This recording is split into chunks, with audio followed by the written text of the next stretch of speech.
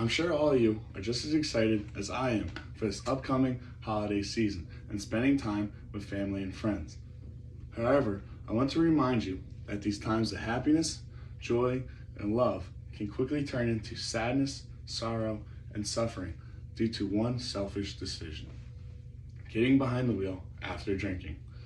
Drunk driving is an epidemic present all across America. It can greatly impact the lives of your loved ones, your friends, or even your very own life.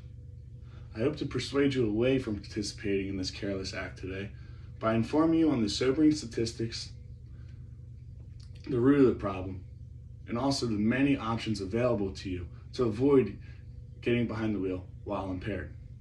First, let's go over some of the statistics. Each year, state to state, across the nation, the numbers continue to get worse. According to Mothers Against Drunk Driving, every 79 seconds, someone is killed or injured in a car crash resulting from drunk driving. That means within this presentation alone, there will be 4 more accidents. Truly mind-blowing. You may also think that the problem isn't close to you. Well, I'm here to tell you that it is. The state of Maryland reported that 3 out of 10 impaired drivers are between the ages of 20 to 29, and in addition are causing 30% of all fatal accidents. Wow.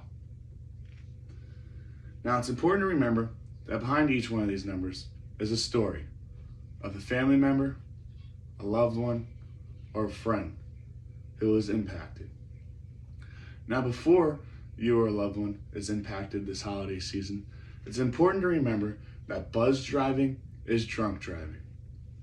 The University of Arizona claims that it only takes 2 to 4 drinks to push the driver above the legal limit. The legal limit is 0.08 BAC, or blood alcohol concentration. You may ask, why is there a range? Well, it all depends on your own personal size, weight, and even gender. So it's very important to know your own personal limits before getting behind the wheel. You may also ask, why is there a legal limit? Well, alcohol affects your cognitive skills.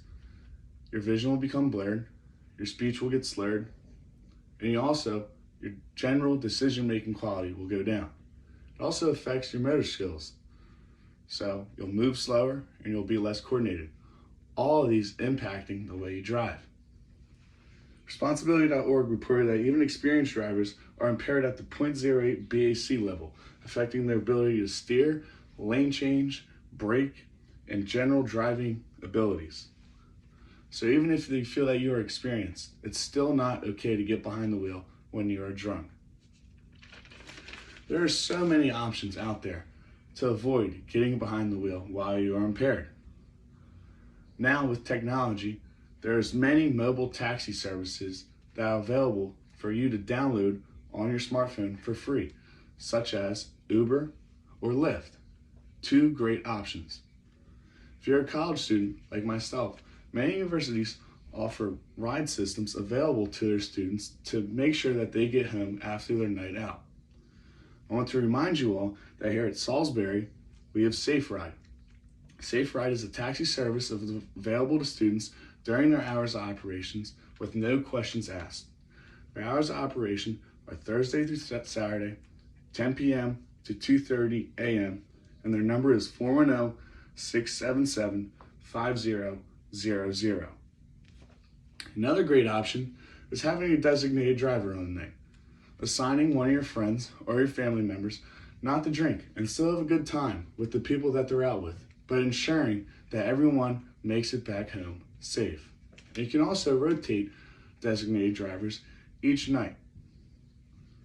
If you or a loved one is suffering from a drunk driving problem, help is available at 1-800-662-4357. I hope I've been able to persuade you today that drunk driving is not a joke and is present all around you. Don't make the selfish decision that will impact your loved ones, your friends, or even take your own life away. There's a lot of options out there that don't involve you getting behind the wheel while impaired. And remember that you are the solution to this epidemic.